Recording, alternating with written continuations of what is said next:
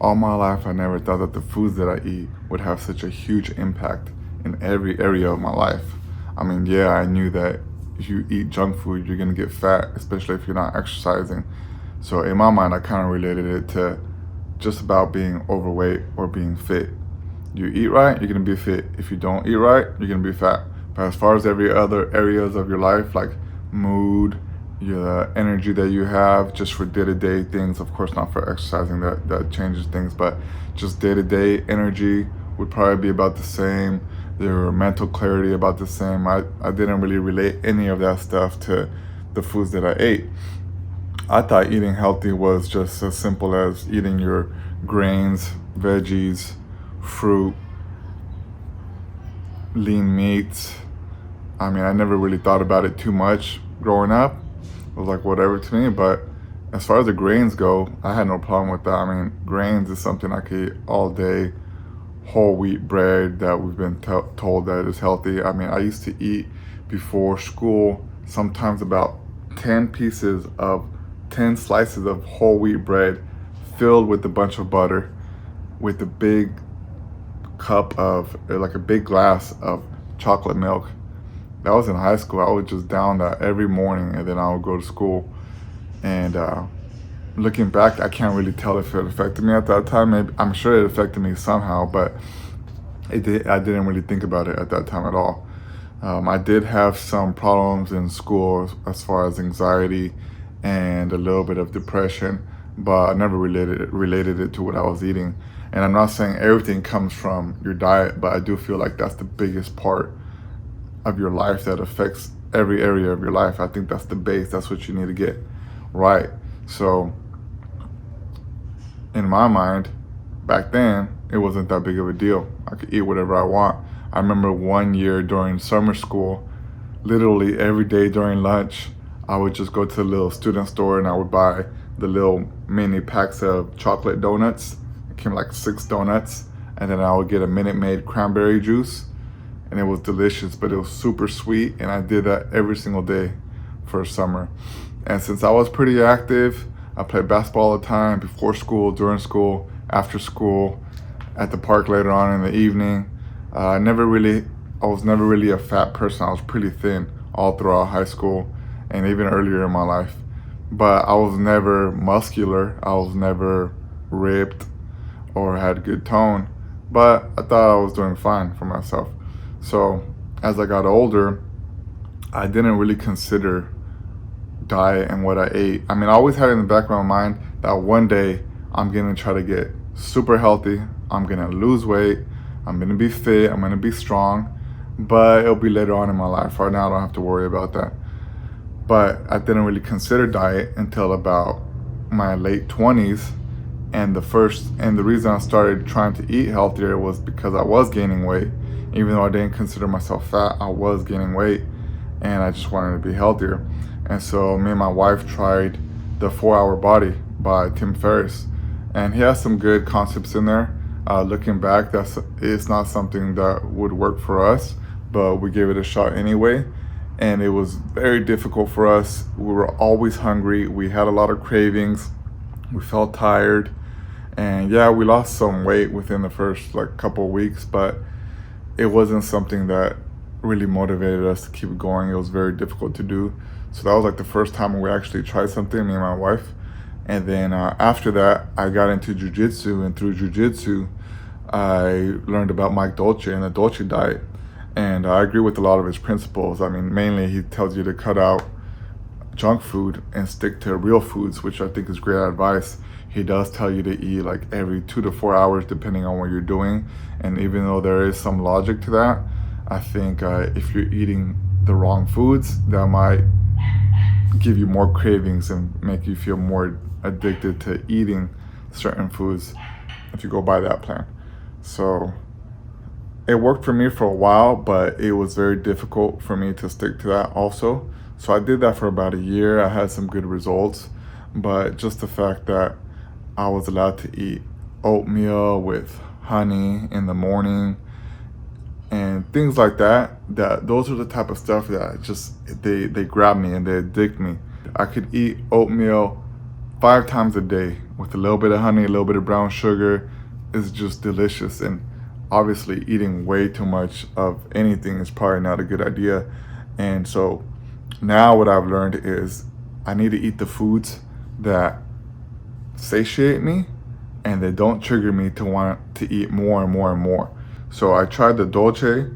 I even tried some Dr. Oz cleanses, some smoothies with kale, spinach, celery, all kinds of stuff in them. Even though I hate veggies and I gag whenever I eat pretty much any veggies since I was a little kid, I just can't handle it. My mom used to try to sneak some into my food and I would literally pick it out through my mouth. I was able to sort it out and spit it out. She told me that when I was a little kid before I even knew what veggies were. So it's something in my mind, in my taste buds that I just can't handle it. It makes me nauseous. So because of that, I always thought I'm just gonna grow up and I'm gonna be unhealthy and I'm gonna end up dying young. But oh well, I mean, what else can I do? But so I tried the Dr. Oz smoothies. I had to take my magic bullet to work and do all the smoothies at work, and I had to plug my nose when I drank them. And yeah, I lost some weight because I was trying to eat healthier overall, but that's something that I couldn't do long term either. And then after a while, I started hearing about keto. Brendan Shaw was talking about it on his podcast, Joe Rogan. A lot of people started mentioning keto, and some of my friends would try it in jiu-jitsu. I asked them about them and they say, too difficult, they can't give up sugar. It was too difficult. The thing for me, I wasn't so much worried about giving up sugar. It was more about the amount of veggies that you have to eat for keto. That's just not possible for me. I just can't eat the veggies. And it's not like a little kid saying they don't want to eat the veggies. It's literally, I just gag. I can't handle the veggies. And so I never really considered doing keto because of that. And as time passed, I really needed to try something because my depression was just terrible. So I've been always open to trying different things. Of course, when it comes to veggies, I couldn't, I mean, if I didn't hate veggies, I probably would have already tried a vegan diet by now. But it's just not something that I could do. And so the keto thing was hard also. So when I heard Sean Baker go on Joe Rogan's podcast talking about the carnivore diet, I didn't even really consider that because I like meat, but it's not something that I absolutely love. I mean, I could eat it. I've never really had a problem. Burgers, yeah, I love burgers, but like eating steaks and things like that, like it just doesn't appeal to me too much. So when Sean Baker brought it up, automatically I thought he was crazy. I dismissed it. I wasn't gonna try it. I figured he's gonna die of a heart attack. He's gonna get his arteries clogged. This is ridiculous. I'm not gonna try it. And then later on, I heard Jordan Peterson talking about it, and he talked about how it helped with his depression, and that's what hooked me. So anything that would help, that's been shown, or anyone that's had an experience that has helped them with their depression, I'm willing to try it. So because of that, I've even tried psilocybin mushrooms. I've tried sauna. I've tried several other things to try to help with my depression, and all those things help, but they're not like long lasting. I think it's just kind of a part of the puzzle, a piece that you have to have in your life, but it's not the end all be all. So when it came to the carnivore diet, I said might as well just try it. And when I try things, when I get obsessed with things, I just go head on. I do some preparation for it, but if I prepare too much, then it's kind of like that whole thing of paralysis by analysis, and I end up not doing it. I talk my way out of it. But in this case, I just kind of jumped in and started doing it. And the first 2 weeks were probably the most difficult thing I've done in my life. It was torture. My depression got worse, and I wanted to quit so many times. I was on Reddit nonstop reading about suggestions that other people mention and other things that they've been through, and that's really the only thing that kept me going, just looking up videos of people who have said that their depression has really been cured, or at least significantly lifted. And so that on the 13th day, I finally woke up and I felt normal, and I was like, okay, it's a normal day. Let's see how it goes. It wasn't like I'm extremely happy or I was completely cured at that point. I just figured, okay, it's a normal day. I would have normal days once in a while anyway, so it could have been just another normal day. So then after that, the next day, same thing. I felt normal, no depression. And then from that point on, it just continued. Like I just started living a normal life. And that's when it really made me realize, man, what I eat should be the first thing I consider in how it affects my life in every area, not just depression, but physical health and mood, energy, mental clarity, and relationships, the way you see the world, perspective, everything. So that really changed my world. So now I'm eating mostly carnivore. I was carnivore strict for about a year, and then but the thing is, I think there's some unhealthy mindsets that you can have when you're so strict and dogmatic about a certain diet or about anything in general. And so what would happen to me is I would cheat. The few times that I would cheat and I would eat something I'm not supposed to eat, I would just keep thinking about, I messed up, I ate that, I shouldn't have done that, I'm gonna derail myself and it's gonna be terrible and I'm gonna go back to the way it was before. And I would beat myself up about it so much that was not productive at all, and that was not good for me. So after about a year, I started incorporating other things. There was periods where I kind of just fell off completely and then came back on and things like that. But it was just a learning process. And there was points where I just completely gave up on exercise and thinking, oh, all I need is diet. And then I ended up being more irritable and a little more anxious than I would like to be. So it's all a balance. You got to do a little bit of everything, and you got to always be open-minded and keep trying different things.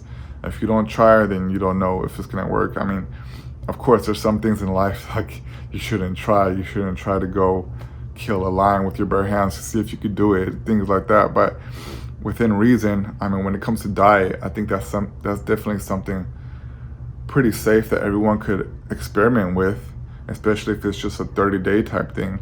As long as you're not going extreme and starving yourself and only eating 100 calories a day, then that's pretty crazy. But there's definitely a room for experimenting with diet, and I feel like that's the most important thing people need to try to improve their lives. And then on top of that, exercise, meditation, sauna, different environmental stressors like sauna, cold water plunge, things like that are very beneficial too. But I've learned that the most important thing in my life is diet. I have to keep that right, not beat myself up too much if I mess up, and then get right back to it. Just know that it's always going to be there. You can get right back to it. So carnivore works for me. I eat mainly ground beef, eggs, some bacon, cheese. I get some Greek yogurt. Sometimes I have a spoon of honey.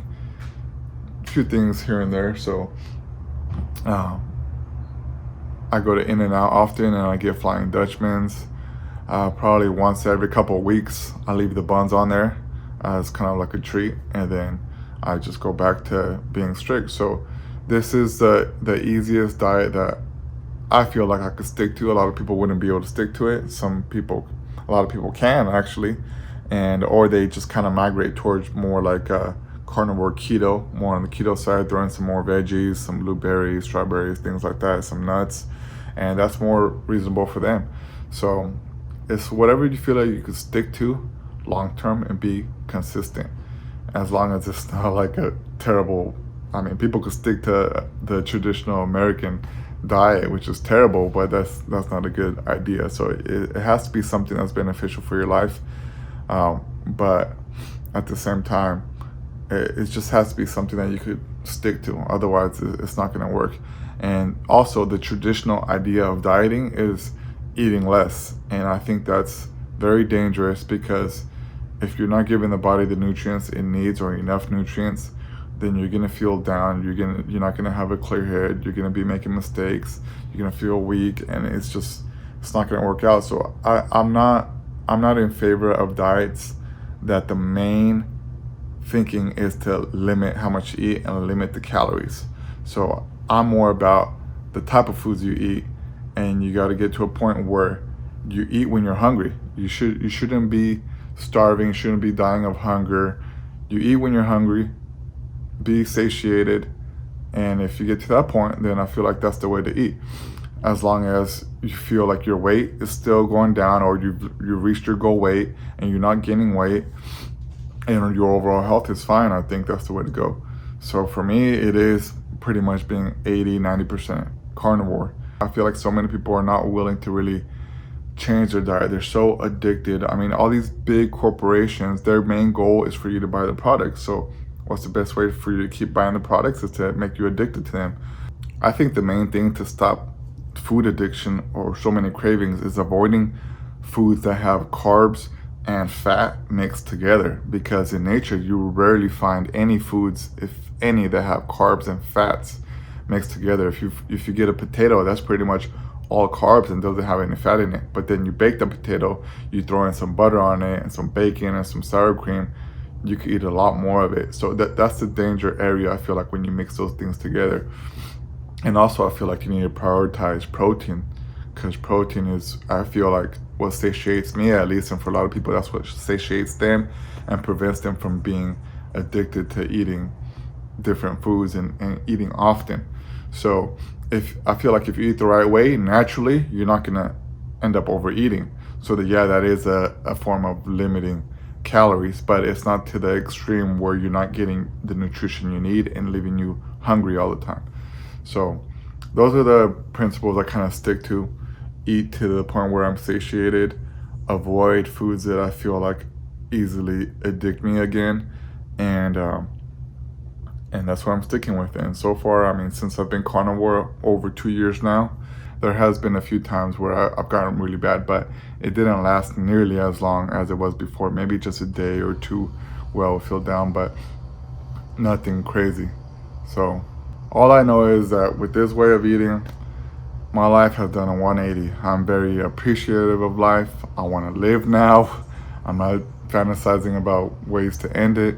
I mean, it's really changed my entire life. And so I want to continue to stay open-minded, and just the way I was open-minded enough to try to change my diet, if there's other things that I can try to improve my life, keep me calm, reduce anxiety, reduce stress, I'm open to trying those things. And there's a lot of concepts that I hear different doctors on different podcasts talk about that it's very interesting to me. So I'll probably keep doing videos on those and just see my experience with it and see how it works out for me.